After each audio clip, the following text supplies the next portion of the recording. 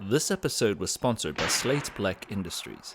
For grips and accessories, visit slateblackindustries.com. Ah yes, the pores. The Palmetto State connoisseurs. The budget rifle enjoyers. We make fun of budget rifles and the pores quite a bit. But the truth is, we do talk about them with a certain amount of fondness. And you'll see that in the discussion later on. Because Josh and I, we started as the pores. Josh shot his first 3-gun match with a Mini 14 and a Neotech on top of it. Now, at least Josh had a proper optic on his rifle. There's a reason why I know how to shoot iron sights well. Because I was a poor. And frankly, when I could afford red dots, my first red dot that I bought was a knockoff Primary Arms red dot that I put on my Delton build M4. And this was circa 2006 Primary Arms, so not the Holosuns that you get nowadays. So rejoice as we do a 1,000-yard shoot with a rifle of the pores, because these rifles most certainly have a place in bringing a lot of us into the shooting sports. The two of us are some of those pores that were brought into the shooting sport. We'll talk more in the debrief. Enjoy the show.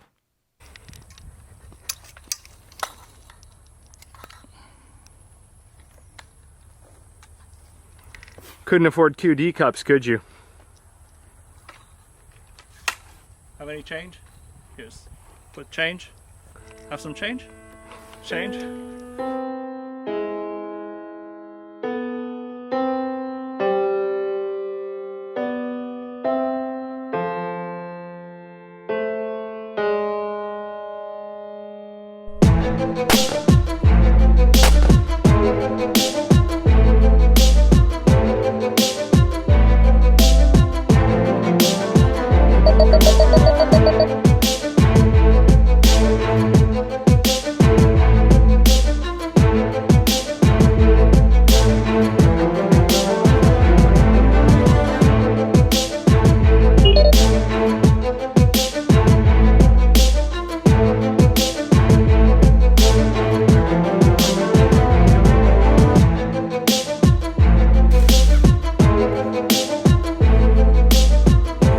Henry, I gotta know, why does the castle nut look like it literally came out of a sunken ship? Because, see, we live in Houston, ladies and gentlemen, and this thing has been residing in my garage for some time. Neglect. Okay, good. I also see a tag still on it. I zeroed this at 100, and I haven't touched it since. Okay. Yeah. Now, Henry, this was by popular demand, right? Yes. Like, you were able to do what? You were able to put this entire rig together for less than 1K? Less than 1,000 jelly beans. Minus a bipod. The bipod would have bumped it over, but, yeah, I could have used the pack, but, okay. So, minus a bipod, less than 1,000 jelly beans. Including the optic, the mount, including the optic, including the mount, everything included. Awesome. And you went with 16 inches here because, of course, like the trend today is that the SPR is sort of trending towards a shorter barrel, yeah, and not necessarily needing the 18. I went with a 16-inch because that was the cheapest option during the sale. Okay, got it. Well, dude, let's see how we do here. I'm on at 150. Let's see what we get. I don't know. Let's see if we can clear this thing. Sir, this is just as good as your space rifles. Ready? Yeah. Center. Not quite stacked. I don't know if that's good or bad or if that was you, but they weren't stacked. It's just as good, Josh. We are shooting good ammo out of this. Some people will be upset about that, but we really did want to evaluate the rifle itself, right? They did stake the castle nut. All right, 200. Upper chest. I did aim upper chest for these. So, okay, actually, the charging handle, a long time ago, Silencer Co. sent us one of these ambies. I just put it on there. There's a cheaper charging handle that we could use. So that doesn't factor into the $1,000. He's remembering some small asterisks here. Yeah. All right, I'm on at 250. Use that same hold, just upper chest. Yep. Good center punch, upper chest. Yep. All right, I'm on at 3. Okay. Center. Those were stacked rounds.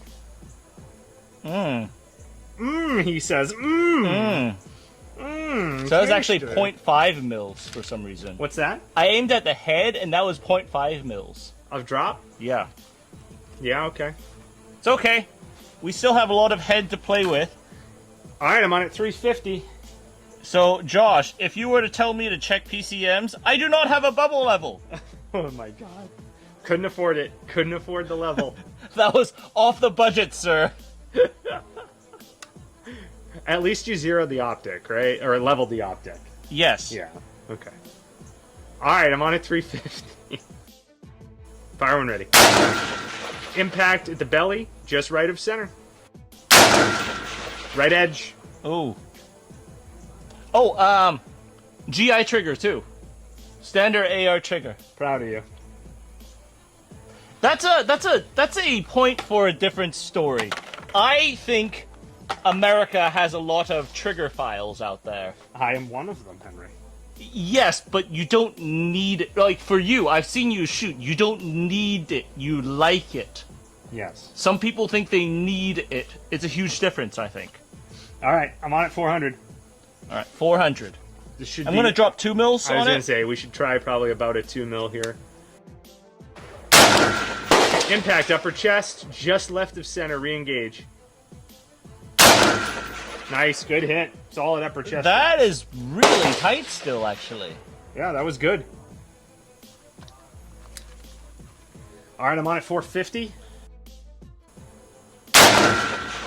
Impact, perfect windage, just low of center. Go to a head hold. Re-engage. Miss, off the right edge, past his shoulder on the right. I'm going to drop it back to 2. It wasn't elevation. That was windage. Off the right. Splash off the right again. That's really strange because the wind is coming from right to left. It is. That makes no sense. Is anything loose? Okay, I'm going to try to relieve all pressure from this and let it freebore. Okay. Off the right edge. Elevation? Perfect. Well, I mean, just slightly low of center. Go left edge. Impact. Ooh, yikes, yeah. Do you think something slipped? I don't see anything slipping. Okay. We proceed. The wind Yes. is definitively right to left here. The wind at distance is also right to left. If anything, it's a 6 o'clock. 4 o'clock, maybe. Yeah, that doesn't make any sense. Yep. But okay. We proceed, sir. We proceed. Okay. Ready? I'm there at 3.5. Impact, just low of center. Go 3.5 upper chest hold here, or upper hold. Upper line of the plate there. Okay. Very strange, dude. Very strange. I kind of want to shoot this back at 100 and just see where the impact is. Yeah. Do you want to do that right now, or do you want to finish the course? Oh, let's finish the course first. Okay. But I want to, before we do anything else, don't mess with the turrets anymore. Okay. I want to go right. I mean, you can do whatever you want right now, but I want to go right back to 100 and shoot it on. Sure. All right, I'm on the turkey. I have 5.7. Okay. Let's go with that 5.7 and just hold left of center. Dead center impact. Re-engage. These are one. Oh, those are ones. That's right. Wait a second. Oh, we skipped. We skipped the 600. My bad. Yeah, let's go back to the 600. Well, I mean, that was a hit. Yeah, I just rolled on it too, so 600 is 3.8. Send it. Impact bottom left quadrant. Okay, I see it. So closer to a 4 mil. Yeah, it's probably closer there? to 4. All right. All right. So we hit the 700. Yep. So we go to 8. 830. Yep, 830. Okay. All right, man. I'm on 830. I'm Left. positive that the wind is not left to right. Even down there. I'm looking at the flags. You can and see stuff. the windsock. It's not doing No, left it's to moving right to left, if anything. You see the tip of it flexing, like, from the 4 o'clock position? Yep. Yeah, I see it. Yeah. Okay. All right, I'm on at 800. 9 flat. 9 flat, and dude, just hold dead up here. No splash. I'm thinking that might have gone over the top. Can you go base hold with that? Sorry, that was 9.5. Yeah, okay, go. I think it was over the top. Let me do again. 9 flat. 9 flat. Over the top again, Henry. That was up at the very top of the berm. Okay, 8.5. And go hold dead up again on windage. Oh, sorry, dead up on windage. Yeah, I think that was an impact. You just ticked the left edge of it, but let's go one more and hold dead up on windage. That was a splash off the left edge. Push right, quarter target. That's a hit. All right, so is it just as good, Josh? Go back to 100 right now. Okay. Let's go back to 100. Back to 100. I just want to see. Like the 100-yard steel plate here. And just hold dead up. On, you see that very center cluster? Yep. Or you could go, if you really want, there's that one lone round on the very bottom of the plate. Yep. You see that one lone round? Yep. Let's go for that. I just want to see if we come in on the right.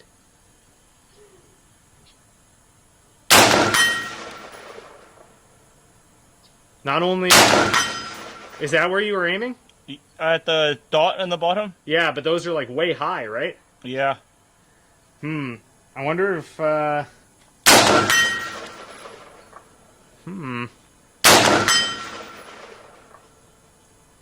And they're right, too. Yeah. High and right.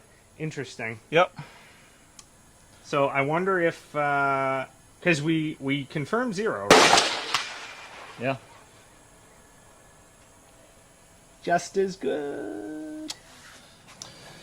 The Special Poverty Rifle. I mean, well, what we just saw is that we, in some way, shape, or form, had a shift in our 0 while we were on the middle of that run. Yep. It doesn't feel like the optic moved at all, right? Like, you check that. It doesn't feel like that's moved. It feels like it's tight. Yep. It could be any number of things. It could be the optic. Could be the handguard. Could be the mount.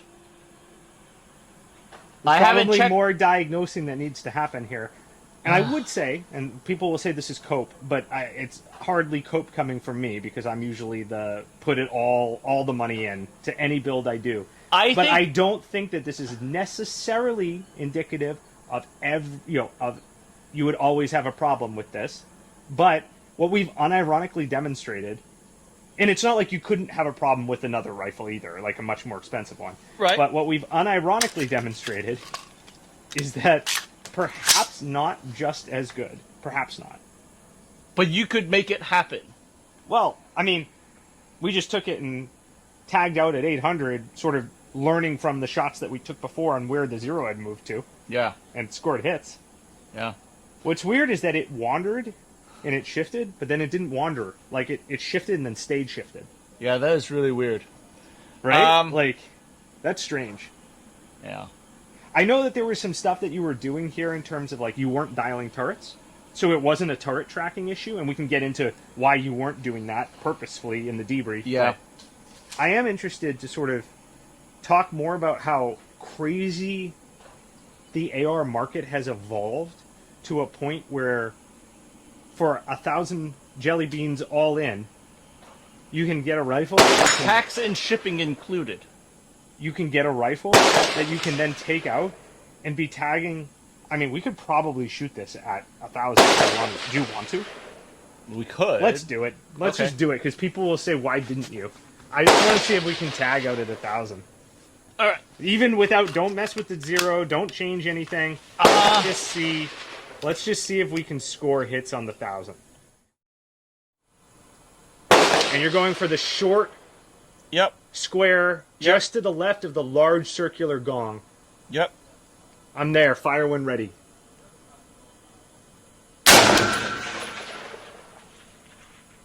Come off the elevation, go to 12.5, press to the right edge.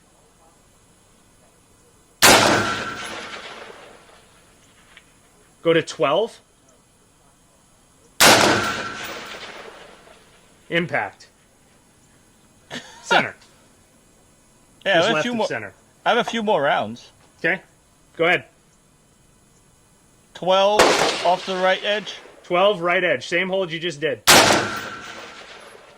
Splash off the left edge, press right, half target.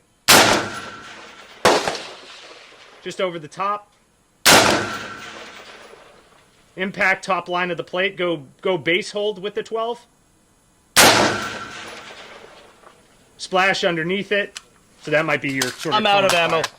But still, yes, we made it out to 1,000. Under 1,000 jelly beans. 1,000 and 1,000. It's pretty good, dude. You look, really, Josh made a good point, though. 10 years ago, even 10 years ago, this would have been inconceivable. Couple things. Yeah, especially when you and I started into this in like the mid 2000s. No way. Zero shot that Yeah. that was possible. Yeah. I remember 10 years ago, people on YouTube were doing 1,000 jelly beans with bolt actions. Not with this. And one of the big things, I think, that enabled this, actually, is the grid system optics. Because the grid system optic takes a lot of the stress off of the turrets and requiring really well-tracking turrets.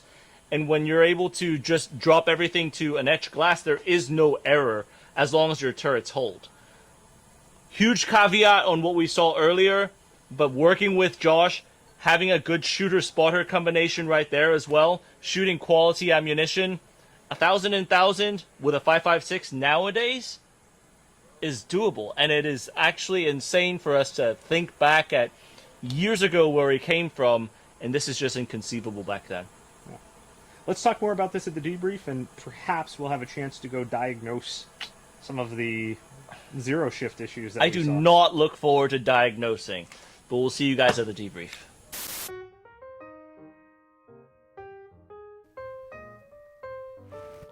Oh, hello there. You must have caught me freshening up the 9-hole reviews Mark 12. Now, did you know the 9-hole reviews is largely supported by Slate Black Industries and the patrons of Patreon? That's true. All those 77 OTMs, all those heartbreaks and range fees that we experience. Behind us, we have the patrons of Patreon, who support us not only financially and intellectually, but emotionally. So today I'd like to invite you to become one of us. Join us on Patreon and become a patron of Patreon.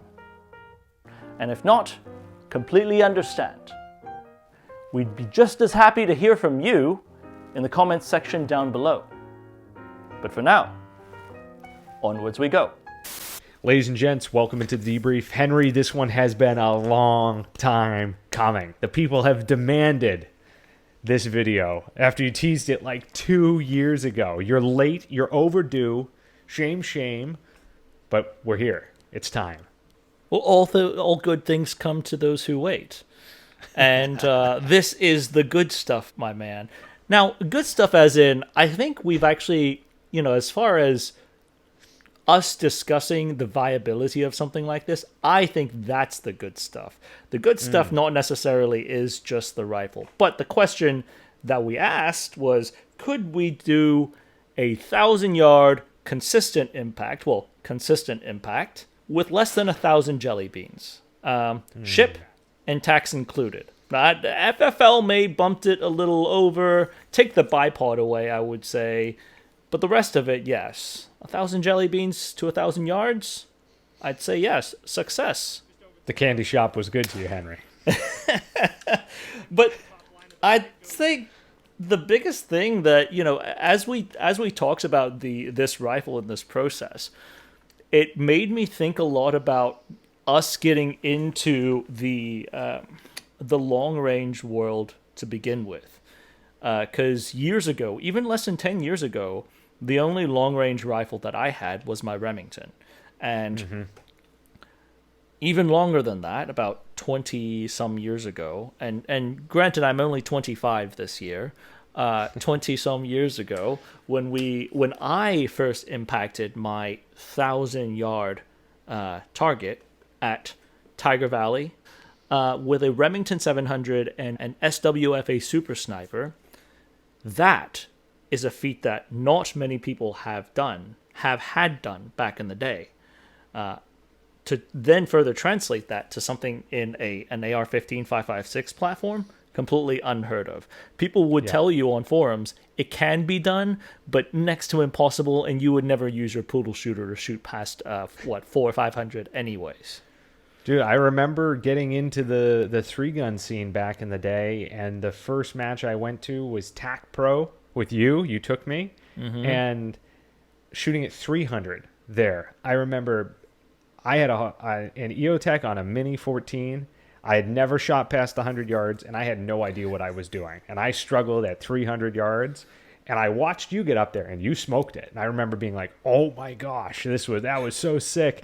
Blah, blah. But then over time, going to these other matches, the long range stage, it always was something that was difficult for me, plagued me, because I had no experience. It was very hard to get information on like how to shoot distance carbine. And at the time, the prevalence of ammunition that we were using today, these 77 grain loads, I mean, as far as I remember, it wasn't really around back then. Like, I remember we used to shoot 69s a bit, and out of our 1-in-9 twist barrels, right? Well, so that was, remember back in the day, we used to keep like a mag of 69 grain projectiles just for the long range, but we never really doped it out there because we didn't have the facility to push it out. 200 was the max I had. But that's a good point, because I think it's not just ammunition, it's not just the rifle, but it's also the optics.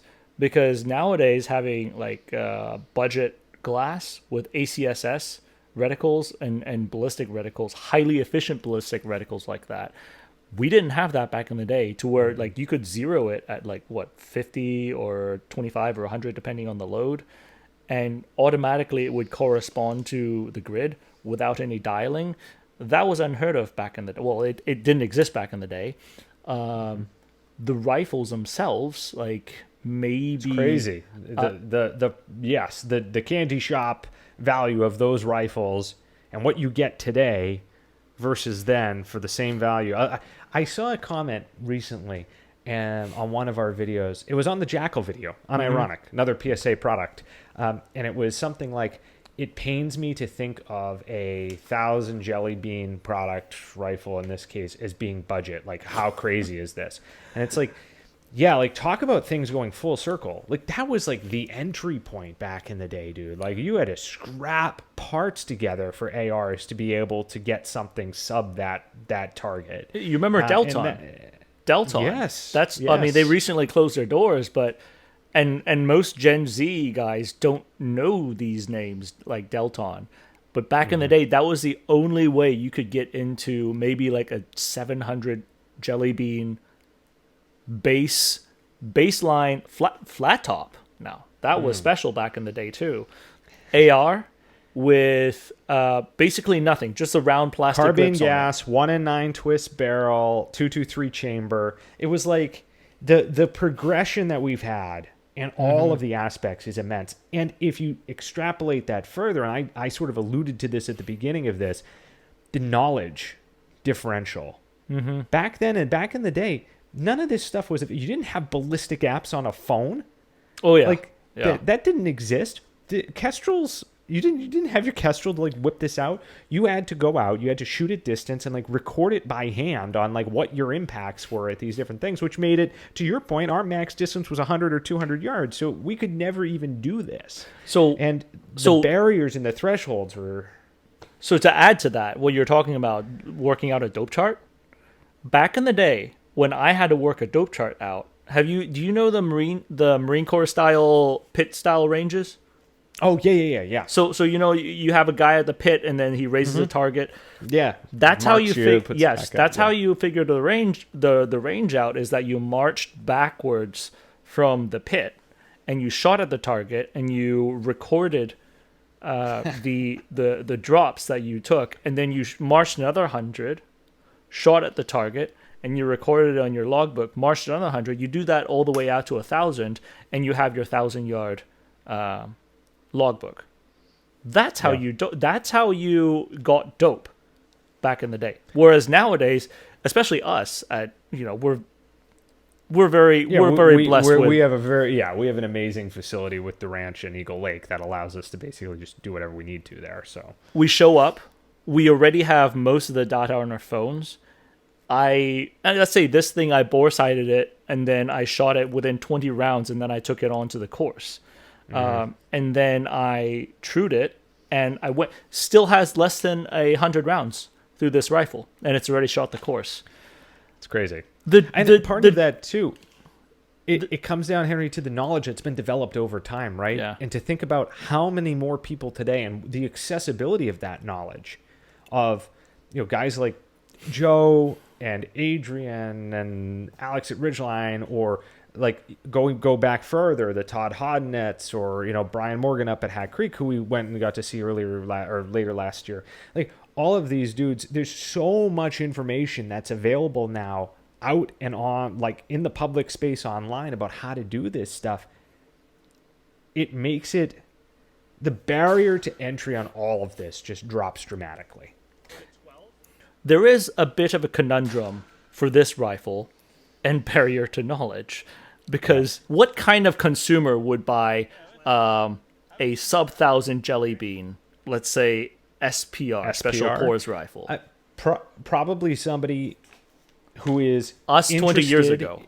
Yeah, it's someone who's interested in doing it. They don't know that they fully want to commit 100% to the sport, the game, the tech, whatever, the skill, the hobby, whatever you want to call it, of distance carbine. They don't know that they want to commit to that. And so they're trying to put something together to see if it's viable, if they enjoy it, if it's something they want to do.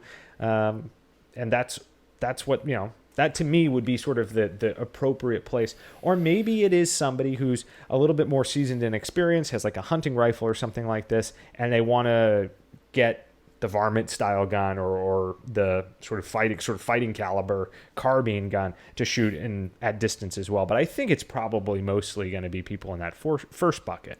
Right, because you get someone more experienced. I would say, like, glass to begin with, typically you see someone more experienced. They would be using like I don't know, like a Euroglass or top tier. Like Primary Arms has their PLX type of glass too. So they would use. I think nowadays, like the Vortex stuff, their mid level lines and up are super popular. Same with Leupold, their mid level lines and up. The Mark IVs are super popular. But you would expect some sort of like mid level or up standard. You're not generally seeing somebody who's shooting a bunch with a lot of experience going to, I don't know, whatever the low end entry optic, right? So my point here, the conundrum that you run into is that this type of rifle, the Special Pores rifle, typically would I would say would attract people who are, as you're saying, beginners, getting into whether it's long range or whatever. But this is specific to long range stuff. In order to shoot this proficiently, it required us. We are not beginners. People out there may disagree. We are not beginners with the long range shooting sport. And we've shot this course, specifically this course, a lot. We've shot with each other a lot. For us, it was very easy, very quick for us to figure things out. At 450, there was a weird shift. I still don't know what it is. I still don't know if it's the optic. I still don't know if it's the rifle. I don't think it's the ammunition. It could be wind. It could have been wind. Wind was pretty easy going that day. We just don't know what it was at 450. We've talked about this at length. And you're talking about experienced shooters here. This rifle would be most suited, if you had to shoot it, for a more experienced shooter who could diagnose some of these issues. Someone with experience, someone with the past events, the Rolodex that you could dig into. But it attracts people who have low experience. So it's people certainly the challenge, right? That's the concern or the risk. Because generally speaking, I think the analogy here is, as you go to something that's on the budget end of the spectrum, on all of your different parts, the likelihood of failure or the potential for failure on any one part, stacking of tolerances across all of the parts on the product, it's a real thing. If we're shooting a really top tier high end thing, and high end glass, high end rifle, high end ammunition, whatever, and we have misses, our first inclination is usually to respond to the miss and say that it was something we did, right? Right, wrong, or indifferent. Like, that's generally our baseline, because we have an expectation that the rifle is going to perform a certain way.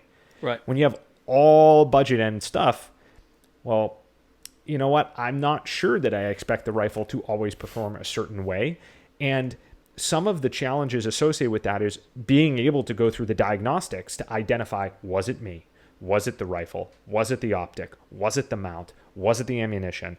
Was it an environmental problem? Like, what happened? Why did I miss? And that is challenging. You mentioned the 450. One of the first things I think you did after we had the misses at 450 is you went up and checked to see if the optic was loose. Impact. Ooh, yikes, yeah. Do you think something slipped? I don't see anything slipping. Okay. Because you didn't believe that wind was actually the cause of that. So, okay, so there was something then maybe mechanical going on. Still remains to be determined. We need to do more work on this to determine it. At 800, we had some shots go high. One of them might have been you were holding too high. 9 flat. Over the top again, Henry. That was up at the very top of the berm. Okay, 8.5. And go hold dead up again on windage. The next one or two, it was like strange that we were missing high. We were missing high at 1,000. And that's what the dope card was calling for, or the ballistics apps were calling for. When we took it back into 100, it looked like the zero head maybe was up maybe 2 inches or so over where we thought it was or where we started the day. What caused that? Was that an optical problem? Was it a mount problem? Was it the rifle heating up and pushing velocity faster? Point being, there's a whole... was it you loading or not loading the bipod the same way and the rail causing flex and imparting it to the barrel nut? There are so many things that can go wrong to shift zeros to cause issues at those distances. If you don't really know what's going on, it's very hard to know. Is it you? Is it the rifle? Is it the optic? Is it the mount? Whatever. Now, that said, we have gotten really good at reacting to it and working as a team to solve problems on the fly. That's what we did when we were on range. We were figuring out where it was. I was trying to maintain the same inputs and then push it to accomplish. Again, you have to be an experienced shooter to be able to understand what's going on. You have to be an experienced spotter to also observe and figure out mentally what's going on. Now, I would say off the bat, I don't think it's a mount. It's the nicer PLX mount that PA offers. That's actually a decent, pretty nice mount. Black Friday had a lot to do with this rifle. Not retail. But so did the tracking fail on the optic? Was there something wrong with a barrel nut? Because I never touched a barrel nut.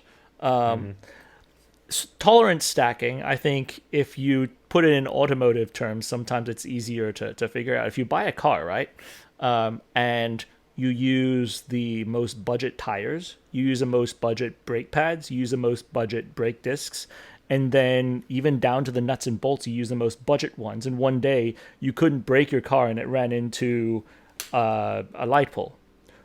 What failed? Difficult to tell. You can't isolate these things as easily when it comes to that type of stuff. So when somebody asks, like, well, why would you spend the candy shop beans on something like a Geisley or a BCM or a MR556 A4 from HK or any number, the DDs, whatever, any number of these, more premium brands that we've shot on the show, or the custom guns with the Bartline barrels or whatever else in them, you get you get pretty quickly to the point of like, well, I want to take a lot of the potential areas of question away, right? I want it to be that this thing is going to function and run exactly the same every time I take it out. It's always, it takes the question of where did this problem come from, to use your brake analogy. It takes the question away to like probably the driver because you slammed the gas and not the brake. Like it's one of those things, right? Like it's probably that, not maybe it was the brake pads that were actually faulty and didn't perform correctly. Does this mean though, Henry, that this poverty SPR is a bad idea or it doesn't work? I don't think so. I do, however, think at this phase of our lives, we have enough stuff, just personally, family-wise, socially, we have enough stuff going on that an extra trip to the range to figure stuff out actually takes away from our lives. And I would happily pay for something that did not have those issues for me to get that time back. And that's one of the things that I do see with some, I'm not saying all budget things, but some budget things when I run into problems in the field, on the range, and I'm not exactly knowing what the rifle is doing, it takes away from the time that I have to process other rifles. And I say process because that's what we do for the show. Process other rifles in order for us to drop it into queue and shoot on the course or into review queue or anything along those lines. Yeah. Part of it... Look, not to interrupt you, Henry, but this raises something I just got to hit on right straight away. Like part of what you raised here is that we want something that works immediately out of the box because that's what we have time for right now. If someone's just getting into long range, and granted they may not have the experience to go through all the diagnostics and like figure it out quickly, but they want to tinker around with something and try to figure it out, like these could be great little project sort of setups to get them there and to really learn about all of the things related to long range and distance. It just might be a very challenging and sometimes frustrating experience, right? But that's also how we learned back in the day, is fixing things and making it work in the long term. And the beauty to some of these systems is that you could add to it and you could figure something out and fix it. And that goes into that experience Rolodex for you to learn. I would say one of the things, even though we had some weird anomalies show up, typically, if you're able to check PSA build AR-15s, specifically talking about AR-15s here, not AKs, typically, if you're able to make sure that all the torque specs and everything is correct, those things will actually, at the very basic, on the very base level, they function.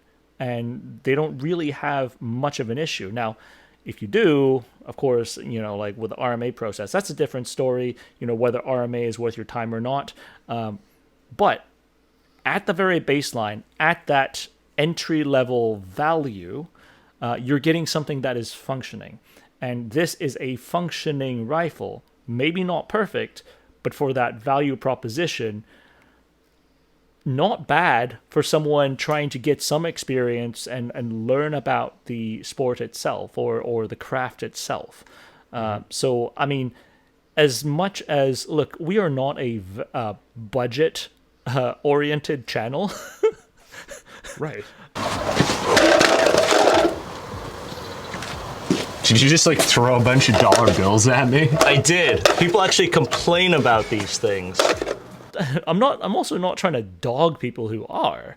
That's just not not our it's main just focus. not what interests. It's just not what interests us, right? Yeah. So it's not.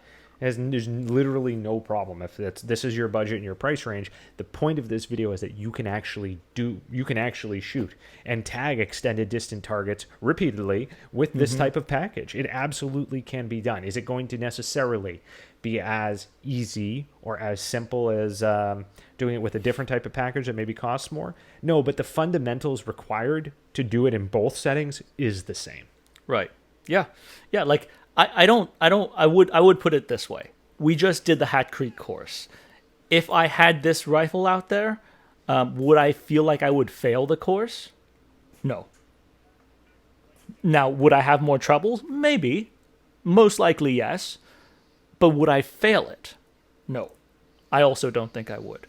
So this lives in that middle space of, obviously, this is not the BMW that you're purchasing.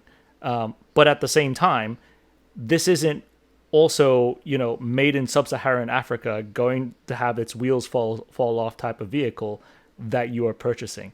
It's actually something usable with caveats. That's right. And plenty of space to upgrade if you want. So, I mean, I think a lot of times we just look back. We ought to look back at where we came from. And there's nothing wrong with having a Chipotle burrito every now and then. I actually still love Chipotle burritos myself. I know it's got a stigma to it, but I really love those things. I think looking back and figuring out where we started from. I don't know if people will understand that reference, but Henry and I ate Chipotle almost every day together in college after the range, right? Or that, or Bush's chicken. Yes, but point being, every now and then looking back at where we started and thinking at what we have at our disposal nowadays and how much stronger of a shooter that would have made us, it's pretty incredible.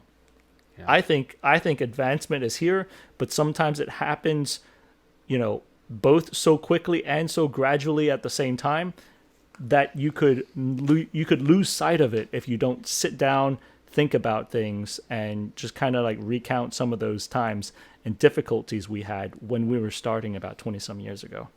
100%. And I think, again, one of the key points that you raised just a minute ago was that our channel is very much focused on like very high-end military and high-performance stuff, or antiques and CNR stuff, right? I have sort of falls into those two buckets. I have my 1980s era Mini 14 that I am still highly excited about. This is true. But where I'm going with this is that most of what we're shooting, especially when we get excited about the performance, like all the big gasser gun episodes that I've been working on and all the rest of it, these are all super, super, super expensive. The point, though, is just because you see some of this stuff online, or like it's a project that we're interested in based upon how deep we are into this stuff, it doesn't mean that you need those things to be able to be very effective and very dangerous with these types of devices, So, but the point is, you need to push yourself out there, and you need to actually take that first step in order to gain that knowledge, the wisdom, the experience, and the enjoyment of delving into something. And I would absolutely encourage anyone who is interested in it, invest into a poverty special pores rifle. Wear it as a badge of honor, because this potentially... Burn it out, man. Like, these things, these stainless guns, you can shoot them out. It's not super crazy. Like, you can shoot them out. You can go through and shoot a bunch of ammo. The point is, if you start to struggle where you're not getting the value anymore out of it because things aren't working the way that they're meant to, that's where you're pouring money into something that doesn't make sense. It's a difficult quandary. It's not. There's no right or wrong answer here, though. Look, on that note, this right now, with a mil-spec trigger especially, you strip this optic out, strip the bipod out, it is a line rifle. You could use it for something else if you don't like doing the long-range thing. Yeah. The options are here. I mean, we are no longer... Our technology is no longer based on the carry handle from the 1960s. So the future is already 20 years ago. It's not even now. All right, guys. Thanks for tuning into this episode. We hope you guys enjoyed it. And to be honest, we hope you really liked the debrief here as well. we wanted to make sure to put the framework around this and the pros and cons together for this with a bit of thought, because this is one of these ones it's an interesting one. It's fun, it's different, and it really does show what you don't have to have the super bougie stuff in order to be able to be quite effective with these things. Now, Henry, where do the fine folks who are still stuck around at this point of the video need to go to find exclusive 9HR content? Well, that's right. Recently, we just had a video that got taken down for erroneous reasons on YouTube. However, Shame.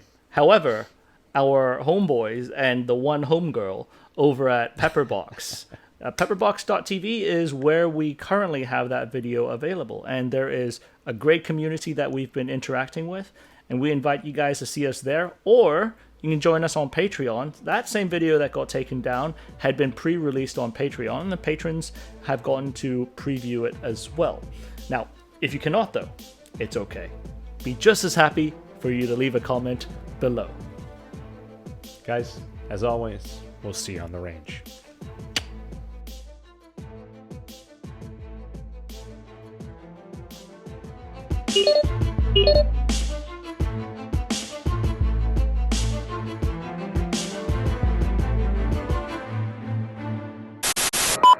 Pepper 16 is Steel 96, 4 Vic, 8 packs, red con 1, green to green. How copy, over? Steel 96, this is Pepper 16, roger, over. 16, Steel 91, 1 pack, green, over. This is Pepper 16, roger, over. 16, Steel 92, 1 Victor, 2 packs, red con 1.